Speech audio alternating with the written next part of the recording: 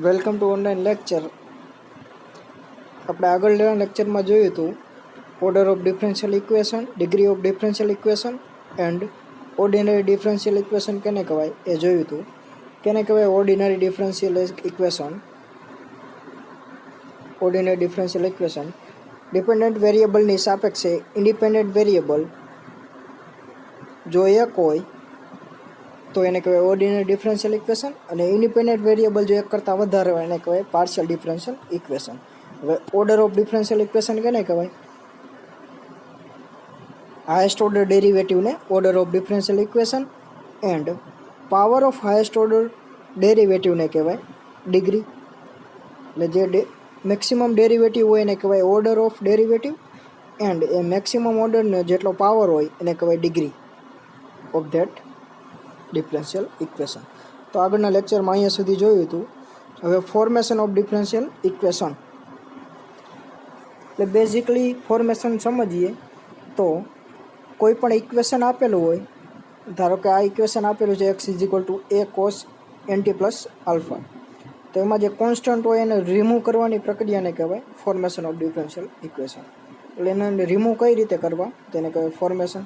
તો an ordinary differential equation is formed in an attempt to eliminate મતલબ remove કરવું certain arbitrary constant form a relation in the variable and constant.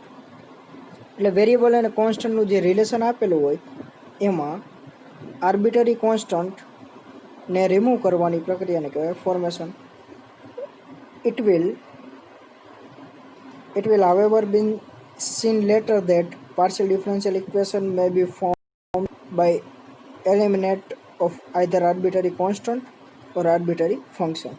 જે આપણે next સેમેસ્ટરમાં જોઈશું partial differential equation વચ્ચે ડીપમાં. તો in the applied mathematics every geometric and physical problem when translated into mathematical symbol give rise the differential equation. એટલે every geometric curve હોય કે ફિઝિકલ પ્રોબ્લેમ હોય તો એને આપણે ટ્રાન્સલેટ કરી શકીએ ડિફરન્શિયલ ઇક્વેશન. કઈ રીતે કરશું એ જોઈએ તો એક્ઝામ્પલમાં. તો form the differential equation of simple harmonic motion given by, simple harmonic motion આના દ્વારા કઈ રીતે મળે છે એ જોઈ. એટલે ઇક્વેશન આપેલું છે x is equal two a cos nt plus alpha, જેમાં a અને આલ્ફા આર્બિટરી કોન્સ્ટન્ટ છે. સો આને આર્બિટરી કોન્સ્ટન્ટમાં આપણે રિમૂવ કઈ રીતે કરી શકીએ એ જોઈએ. તો to eliminate the constant a and alpha differentiation twice, મતલબ જેટલા આર્બિટરી કોન્સ્ટન્ટ આપેલા હોય એટલી વાર ડેરિવેટિવ કરો એટલે એ આર્બિટરી કોન્સ્ટન્ટ રિમૂવ થઈ જશે. જો આ 3 આપેલા હોય તો 3 વખત ડેરિવેટિવ કરો તો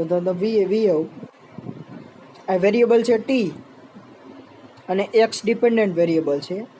તો એક્સને આપણે ટી સાપેક્ષે ડેરિવેટિવ કરી એટલે આ ઇક્વેશનનું ડાબી બાજુ શું થાય dx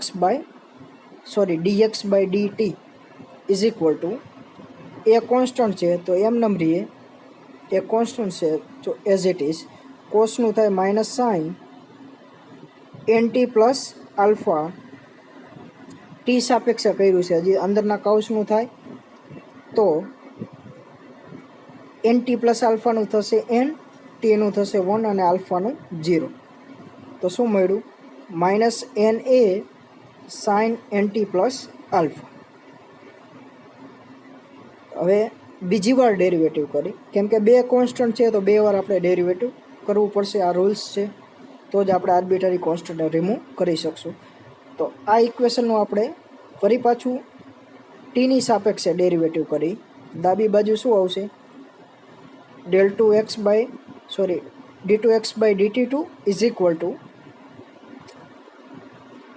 n એ કોન્સ્ટન્ટ છે, માઇનસ n એ કોન્સ્ટન્ટ છે, સાઇનનું થશે કોસ nt પ્લસ આલ્ફા, હજી અંદરના કૌંસનું રહ્યું એનું થશે ટી સાપેક્ષે n, ટીનું થશે 1 અને આલ્ફાનું 0. તો n 2 વખત આવ્યા તો માઇનસ n સ્ક્વેર એ કોસ nt પ્લસ આલ્ફા. હવે એ કોસ nt પ્લસ આલ્ફા એને હું x લખી શકું, કેમ કે x is equal to A cos nt plus alpha છે. તો એના is equal two x value મૂકું તો જમણી બાજુ શું આવે માઇનસ એન સ્ક્વેર એક્સ. એને હું ઇક્વલ ટુની આ સાઈડ લાવું તો D two x by DT two is plus N square X is equal to 0, જેમાં આર્બિટરી કોન્સ્ટન્ટ એ અને આલ્ફા નથી. તો આ મળ્યું ડિફરન્શિયલ ઇક્વેશન. આને કહેવાય ડિફરન્શિયલ ઇક્વેશન છે જ, જેનો ઓર્ડર 2 છે, ડિગ્રી 1 છે, કેમ કે હાયેસ્ટ ઓર્ડર ડેરિવેટિવ 2 છે અને એનો પાવર 1 છે. તો ઓર્ડર અને ડિગ્રી 1 છે એવું આપણે ડિફરન્શિયલ ઇક્વેશન મળ્યું. તો is desired differential equation which state that acceleration એટલે એક્સ ડિસ્ટન્સ છે તો del two x by del t two શું થાય પ્રવેગ acceleration. Where is the distance from the origin. એટલે આપણે ફિઝિકલ એપ્લિકેશન આની જોવાની નથી, ખાલી આપણે આર્બિટરી કોન્સ્ટન્ટ રિમૂવ કરવાના હતા.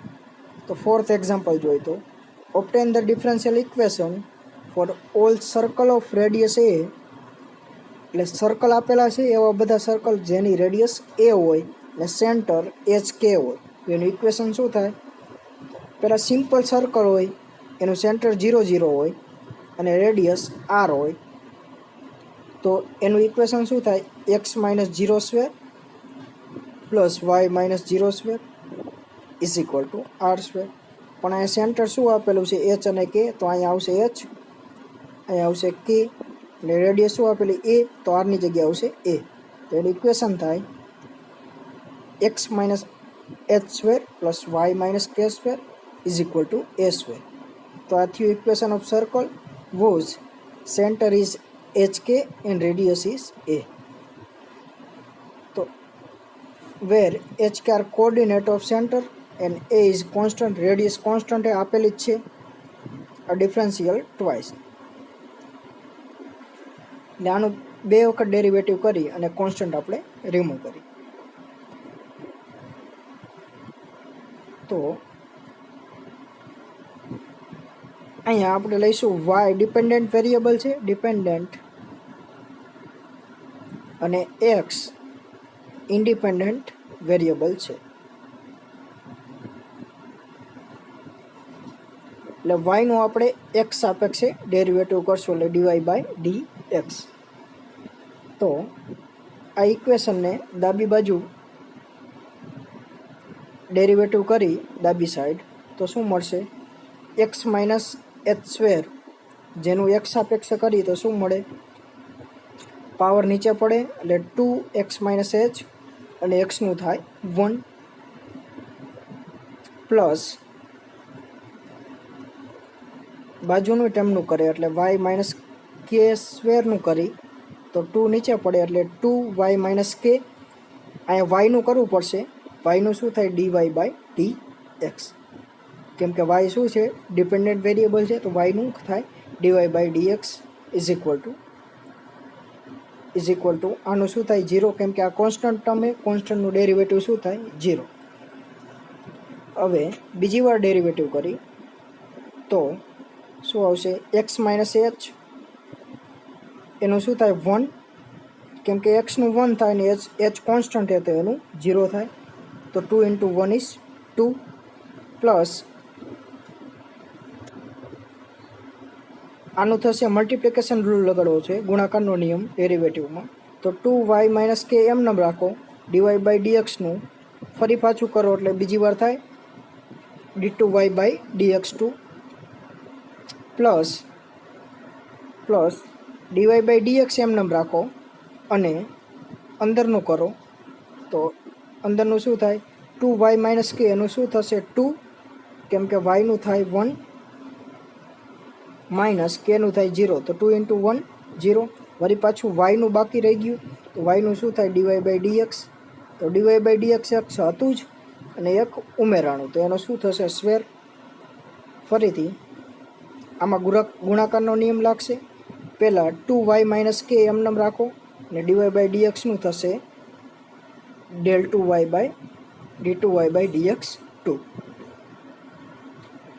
હવે પ્લસ ડીવાય બાય 2 અને ડીવાય બાય ડીએક્સ એમ નામ રાખો અને વાય માઇનસ કેનું શું થાય? ડેરિવેટિવ 1 વાય માઇનસ કેનું થાય 1 અને જે વાયનું બાકી તો એનું થશે ડીવાય બાય ડી એક્સ.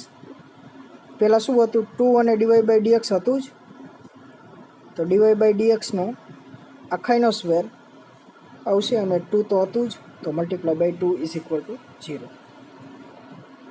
હવે વાય માઇનસ કેને કરતાં બનાવો સૂત્રનો તો શું મળશે -1 plus dy by D x એનો square divide by d2y by dx 2.